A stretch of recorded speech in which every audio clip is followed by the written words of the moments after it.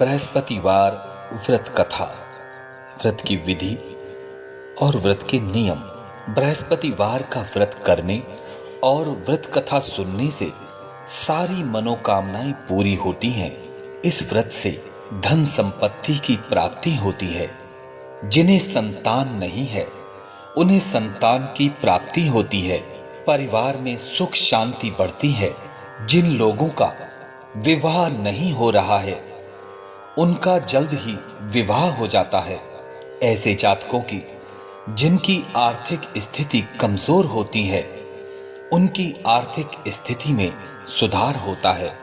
बुद्धि और शक्ति का वरदान प्राप्त होता है और सब दोष दूर हो जाते हैं। बृहस्पतिवार व्रत विधि। बृहस्पतिवार को सुबह सुबह उठकर स्नान करना चाहिए।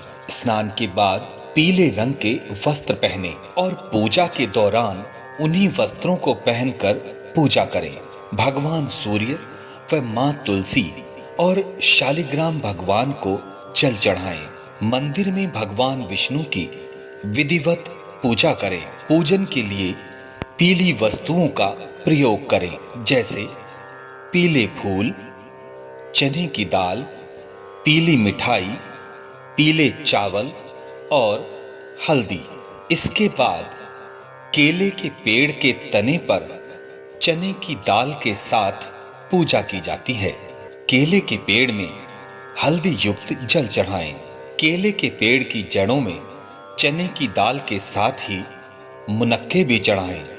इसके बाद घी का दीपक जलाकर उस पेड़ की आरती करें।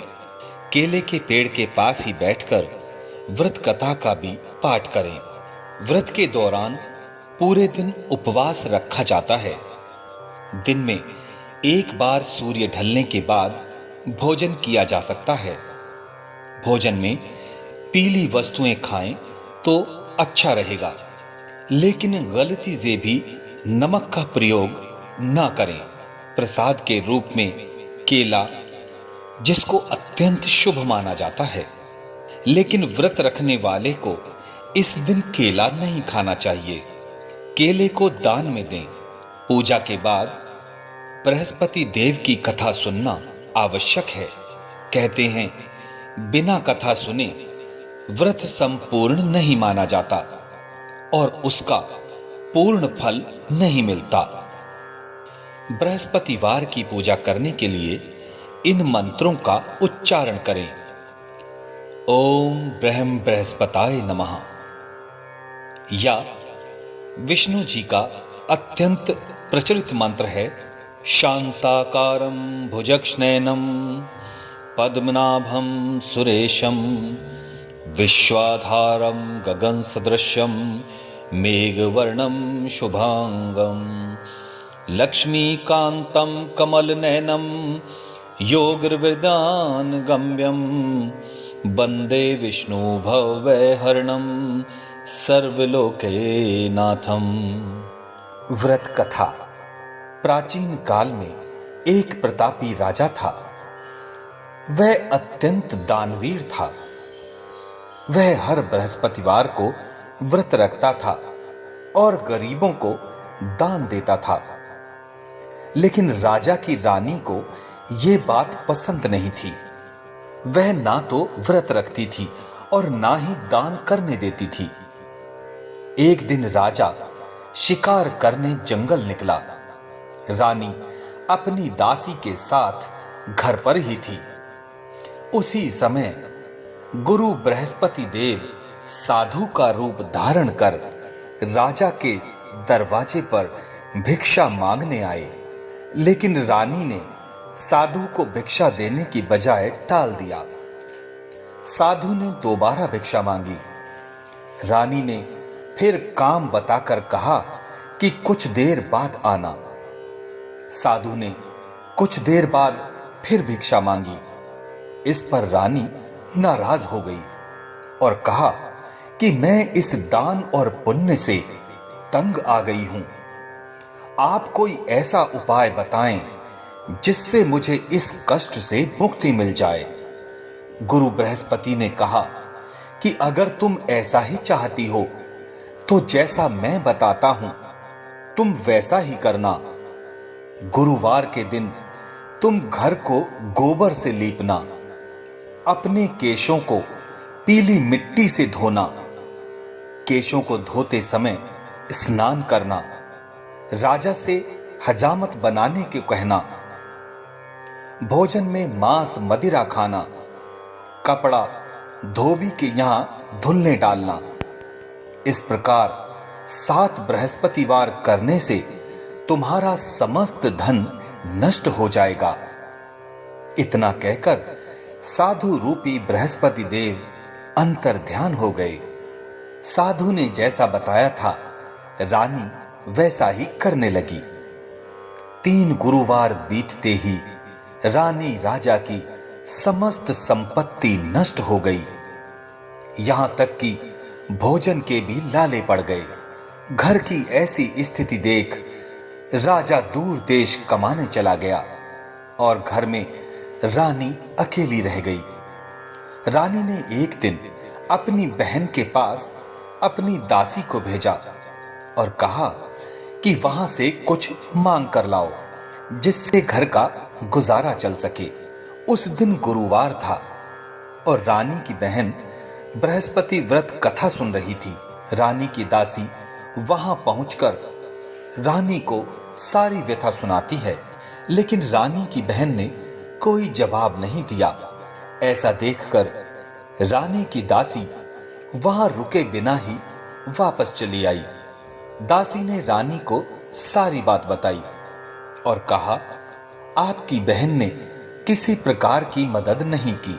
उधर रानी की बहन कथा सुनकर और पूजन समाप्त करके अपनी बहन के घर आई और कहने लगी, बहन, मैं बृहस्पतिवार का व्रत कर रही थी। तुम्हारी दासी मेरे घर आई थी, परंतु जब तक कथा समाप्त नहीं होती तब तक ना तो उठते हैं और ना ही बोलते हैं। इसीलिए मैं नहीं बोली।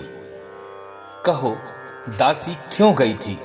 रानी ने अपनी सारी व्यथा सुनाई। रानी की बहन ने पूरी बात सुनने के बाद कहा कि देखो बहन, भगवान बृहस्पति देव सबकी मनोकामना पूरी करते हैं। देखो, शायद तुम्हारे घर में अनाज रखा हो। पहले तो रानी को विश्वास नहीं हुआ, पर बहन के आग्रह करने पर उसने अपनी दासी को अंदर भेजा तो उसे सचमुच अनाज से भरा एक घड़ा मिल गया। यह देखकर दासी को बड़ी हैरानी हुई। दासी रानी से कहने लगी, हे रानी, जब हमको भोजन नहीं मिलता तो हम व्रत ही तो करते हैं। इसीलिए क्यों ना इनसे इस व्रत की कथा और विधि को पूछा जाए ताकि हम भी व्रत को कर सकें। तब रानी ने अपनी बहन से बृहस्पतिवार व्रत के बारे में पूछा। उसकी बहन ने बताया, बृहस्पतिवार के व्रत में चने की दाल और मुनक्का से भगवान विष्णु का केले की जड़ में पूजन करें और दीपक जलाएं, व्रत कथा सुने और पीला भोजन करें। इससे बृहस्पति देव प्रसन्न होते हैं। व्रत और पूजन विधि बताकर रानी की बहन अपने घर लौट गई। 7 दिन के बाद जब गुरुवार आया तो रानी और दासी ने भी व्रत रखा। घुड़साल में जाकर चना और गुड़ लेकर आई। फिर उससे केले की जड़ तथा भगवान विष्णु का पूजन किया। अब पीला भोजन कहां से आए, इस बात को लेकर दोनों बहुत दुखी थे। उन्होंने व्रत रखा था, इसीलिए बृहस्पति देव उनसे प्रसन्न थे।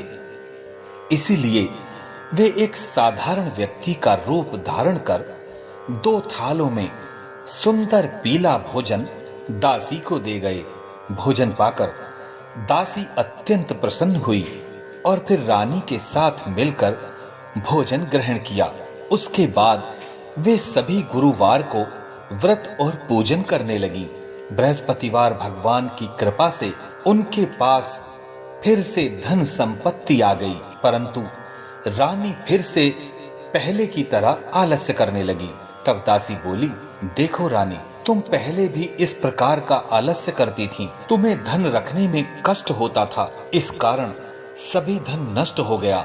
रानी को समझाते हुए दासी कहती है, बड़ी मुसीबतों के बाद हमने ये धन पाया है, इसीलिए हमें दान पुण्य करना चाहिए, भूखे मनुष्यों को भोजन कराना चाहिए और धन को शुभ कार्यों में खर्च करना चाहिए, जिससे तुम्हारे कुल का यश बढ़ेगा, स्वर्ग की प्राप्ति होगी और तुम्हारे पितृ प्रसन्न होंगे।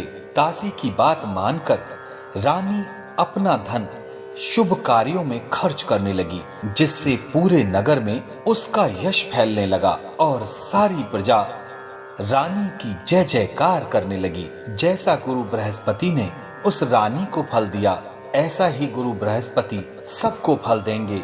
जो भी गुरुवार के व्रत को सच्चे हृदय से करेगा, उसके सारे काज गुरु बृहस्पति की कृपा से अवश्य पूरे होंगे, ऐसा सभी को विश्वास है। ओम ब्रह्म बृहस्पताय नमः।